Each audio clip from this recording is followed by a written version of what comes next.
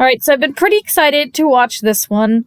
It just came out on Blu-ray this month, by the way. So, it's out. If you guys want to go purchase it, please do. But I'd actually seen the first episode way back when it was like simulcasting, and I watched it subbed. I think the first 2 episodes subbed. I don't remember. For sure the first episode. I do remember that I was kind of like bored and distracted. So I'm hoping by watching it dubbed, I'll be able to get more, engaged. Because Lord knows my ADHD sometimes makes it super hard to watch subbed anime. So sometimes it's even worse with Donghua because I swear to gosh, they speak faster than I'm used to. That's just how it is. But yeah, so now that I've watched the first episode, I figured, we'll get working on the summary so I can hopefully have this up by Friday. Probably will be before Friday, but I'm not going to jinx it because I don't know how long it's going to take me to make this video. I will say this much before I start, that this anime has 2 polarizing freaking plots going on / genres. It's like, on one end, it's trying to be a, like, almost supernatural mystery thing with ghosts or whatever.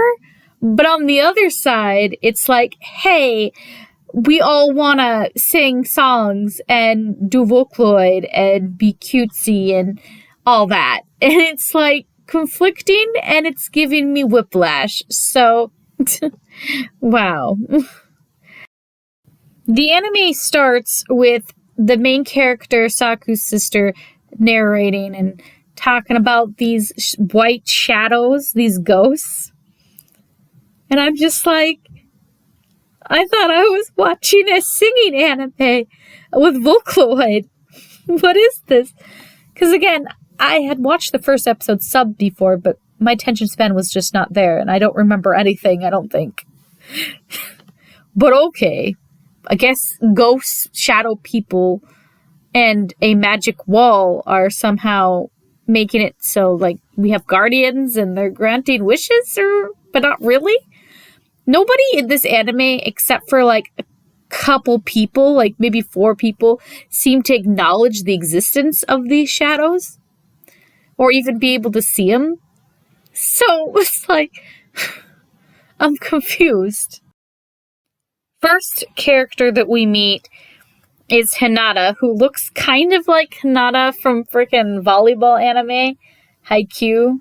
So that's interesting, because they're both named Hinata and they have their gingers. But okay.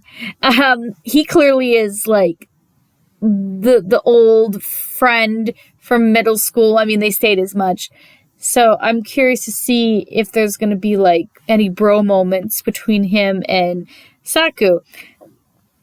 But yeah, he's like really into his friend who he hasn't seen in like 10 years, I guess. Just really wants him to join the singing club. Because, then their singing club will just be top-notch amazing or something. I don't know.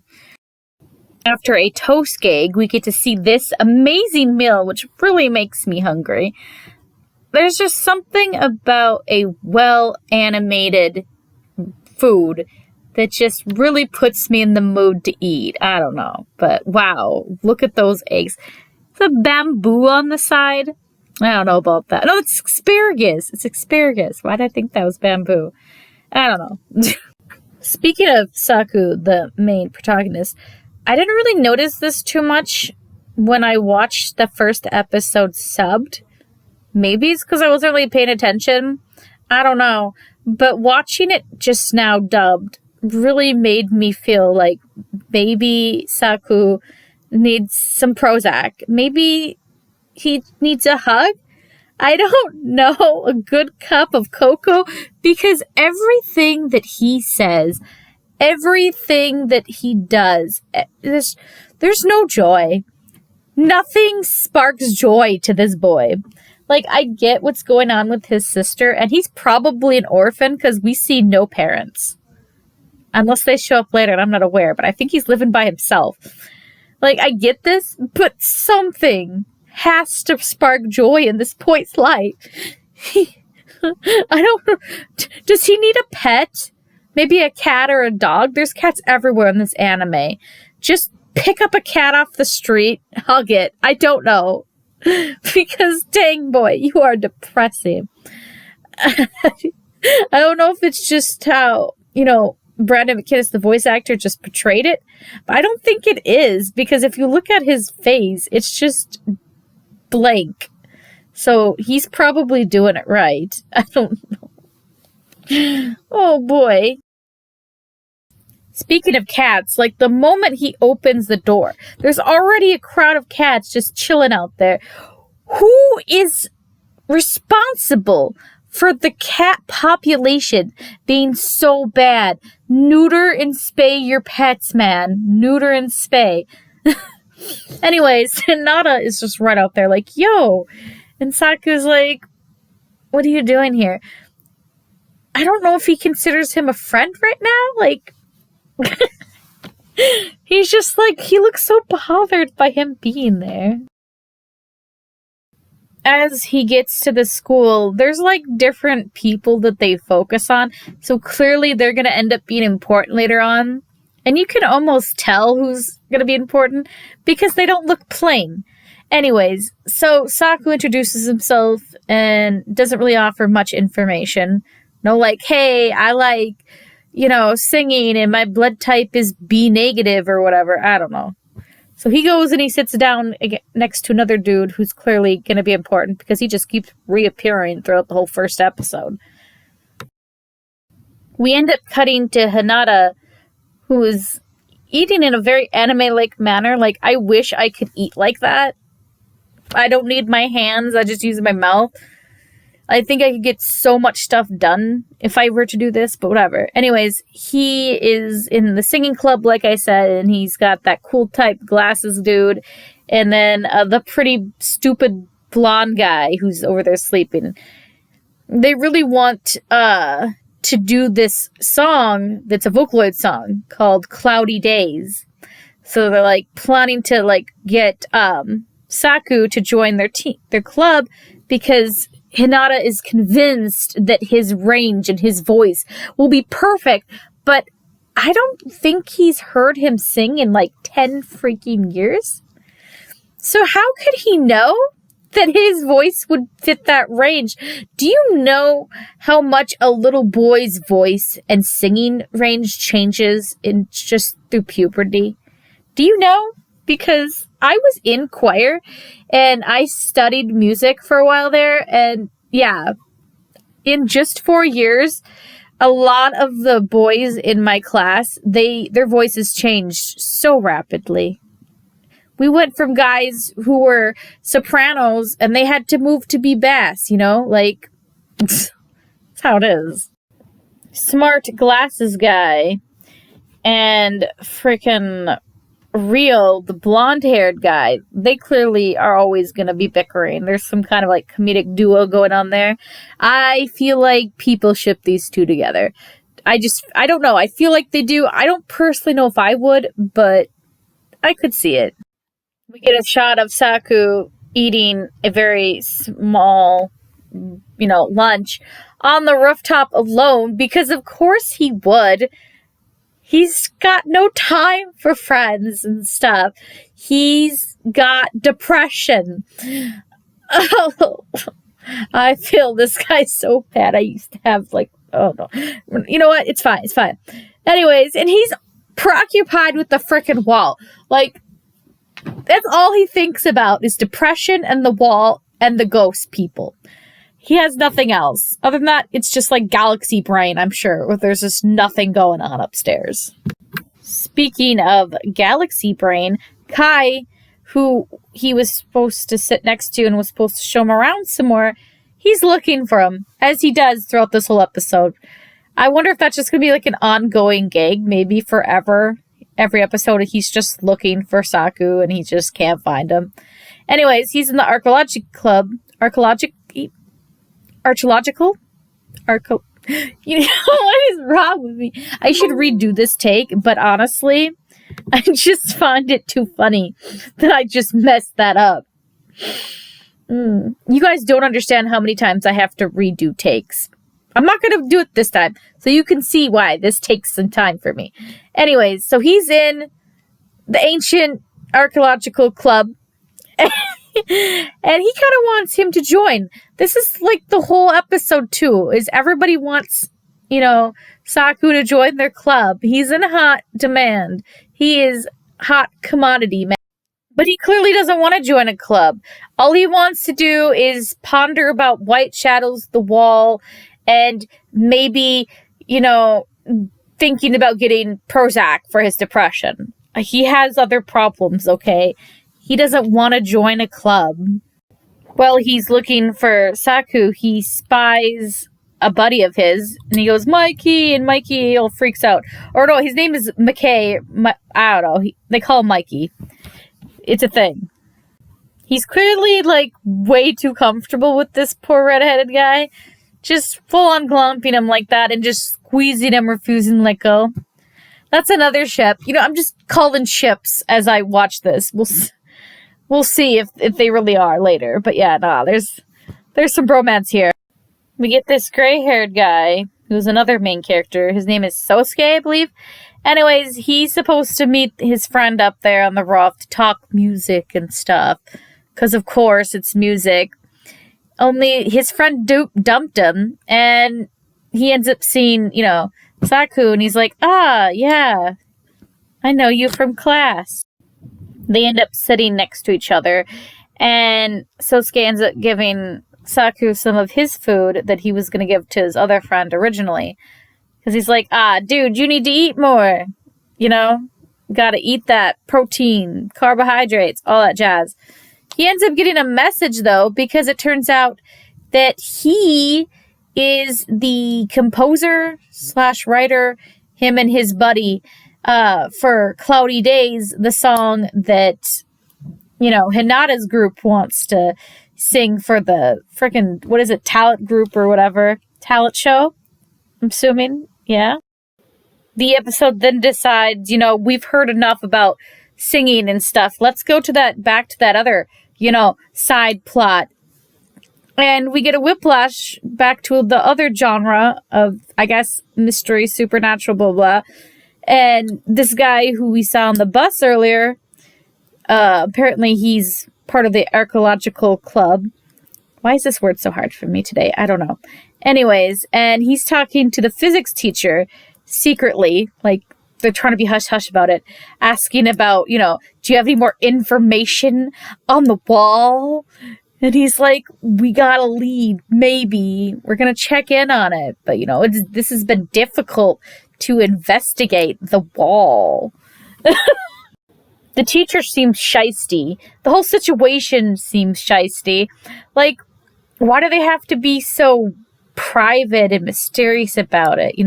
Why do they have to pretend they're not talking to each other? And, I don't know. I don't know what's going on here, but I don't trust it.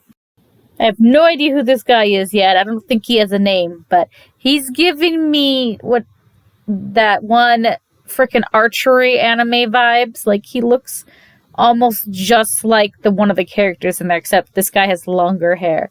So, curious to find out where this guy goes plot-wise. Do you think he's going to be part of the wall? Or do you think he's going to be part of the whole, singing part of the plot? Sosuke ends up going to talk to the singing group, and he's like, dude, I just don't think you guys can perform Cloudy Days, because when I made that song, it was made for Vocaloid and not for humans, and the range is too just everywhere. And Hinata's like, well, what if we find somebody that can sing it? Or whatever. And then he's like, well, maybe if you can find somebody. And then they try to invite him into the singing group, but I don't think he accepts. We shift scenes to a hospital where we already knew Saku's sister was, And we find out that she has 3, maybe 4 months to live. because of course she does. Because this character is not allowed to have any happiness. I'm assuming, like, that's just the type of protagonist that Saku is. He's just doomed to have so many things go wrong with him that just already worsens his already dampened mood, and I feel so bad for him. We get a flashback to what was probably like 10 years ago, where he ends up first hearing about the shadow people in the wall, and his sister's like, this will help you grant wishes. They're always there to watch over us and even cure, illnesses. So I can see where this is going. Meanwhile, Sosuke is on the phone with his friend, and he ends up hearing Cloudy Days. And sure enough, there's Saku singing Cloudy Days. And he's just mesmerized. He's like, oh my god, this human can sing Cloudy Days. I actually laughed a little bit at this scene because here he is putting on a show for no one. He's just pouring his heart out to this random song. And it's like, if I were to come across that, or if a normal person would, I don't know if I would fully appreciate as much as go, what is this guy doing? Sosuke ends up running over to him and, complimenting him and stuff. And of course he's like, thanks, I guess, But he's like, you have to sing the song for the talent show. You're perfect. Distracted, he actually looks to his side, and the shadow people are there, and they're like silently clapping for him. It's so funny. But of course, Sosuke's like, what are you talking about? There's nobody else here, pretty much. He doesn't see him. I don't know, maybe he doesn't believe hard enough. We also see this white-haired guy. Looks like my type of character. Mysterious. Pretty much practically albino. I'd like to see what goes on with him. He's clearly connected, I think, to the wall side. I like how they say he's like an absentee member of the singing club. Are you even part of the singing club at that point? I don't know. Next day, Kai is still looking for him, still not finding him, and he runs into these two new characters who are a member of the Japanese Culture Club, who's a sophomore, and the president of the Archaeology Club. What's wrong with me? That club. Naturally, Saku is up on the rooftop eating alone again because he has nothing better to do. And Sosuke ends up finding him up there, and he's like, you gotta meet my friend! His friend ends up totally startling both of them when he appears upside down from a roof thing, which is confusing because I thought that was the rooftop until that moment, and I realized there's like an extra layer. If that makes any sense. We find out this character, Uta, is the one who is best friends with Sosuke, and together they make Vocaloid music. Sosuke does like the music aspect, and then Uta does the lyrics, which is crazy to me because those are some pretty deep lyrics, and Uta just oozes emptiness. Like there's nothing going on upstairs. As a character, I do like him a lot, though. He's pretty silly, and I like how he has his sweater where you can't see his freaking hands, and they're just way too long, and the way he speaks is just so whimsical almost. I don't know. I love him, even if he is probably, a bit of an error. Sosuke then puts him in a big group hug and declared that they are going to make music history together. So I'm assuming, based on that and the opening, that the three of them form a band and will probably perform Cloudy Days at the talent show, is what I'm assuming. Maybe they'll join the singing group, so the singing group can also get, like, props from that. So, I don't know. I guess we'll find out. Anyway, so that's episode 1. final thoughts really on episode 1 is that, again, like I said earlier at the beginning, it just kind of seems all over the place plot-wise. Some of the characters do seem lovable enough, but plot-wise, I am definitely confused. I will be continuing doing it with Monday being Heaven Official Blessings, and then some point later that week, we'll still do this. But yeah, we'll see how this goes. It's a very short anime. I think it's like 12 or 13 episodes. Don't quote me on this. So it's not like it's going to take that long to get through. Don't forget, like I said, it's already out on Blu-ray and DVD. Just came out this month, so go check it out. It might even be on sale for the upcoming Black Friday sale at Right Stuff. Who knows? Just check it out.